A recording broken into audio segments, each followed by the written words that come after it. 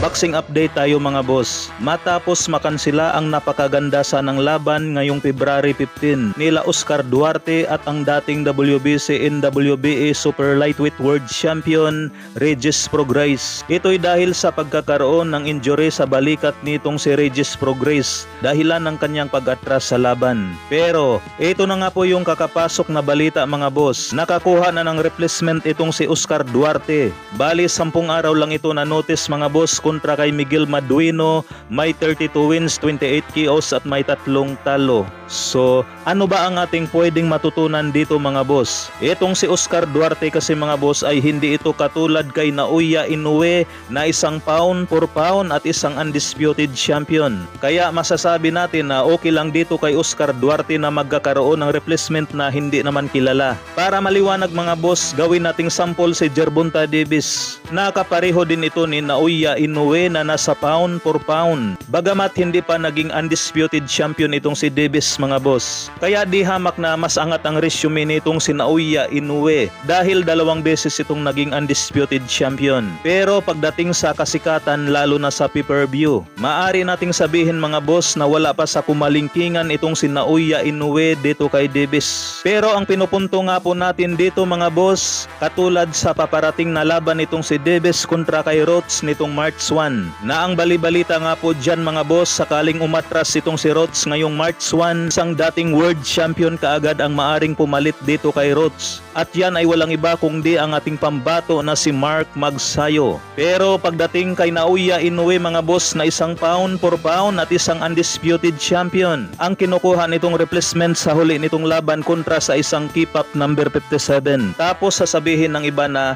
walang papayag sa 15 days notice. Wala umanong top contender ang mga lalaban dahil hindi nakapaghanda. So, ano ba ang ating natutunan dito mga boss? Malayo pa lang ang laban ni Davis at Rhodes, may nakahanda ng pangpalit kay Rhodes sakaling mag-back out ito o na-injury. Samantala pagdating kay Naoya Inoue, sobrang malabo mga boss. Tapos kumukuha pa sila ng mga kalaban katulad nila Aran Dipain, TJ Duhene at ang keep-up boxer number 57. Saan ka naman nakakita ng isang monster tapos ang mga nilalabanan na parang iwan? Samantala sa prime ng isang Manny Pacquiao mga boss, lahat ng mga malalakas, lahat ng mga sikat ay kanyang hinahanap at nilalabanan. Isa din kasi tayo mga boss sa mga nakasubaybay kay Manny Pacquiao simula taong 1995. Pero pagdating dito kay Naoya Inoue mga boss, masasabi natin na napakalayo niya talaga sa ating pambansang kamao.